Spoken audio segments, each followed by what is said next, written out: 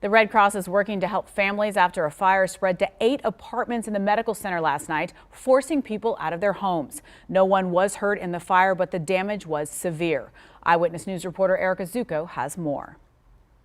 Fortunately, crews say that no one was seriously hurt, but there was a lot of damage to this apartment building in the medical center.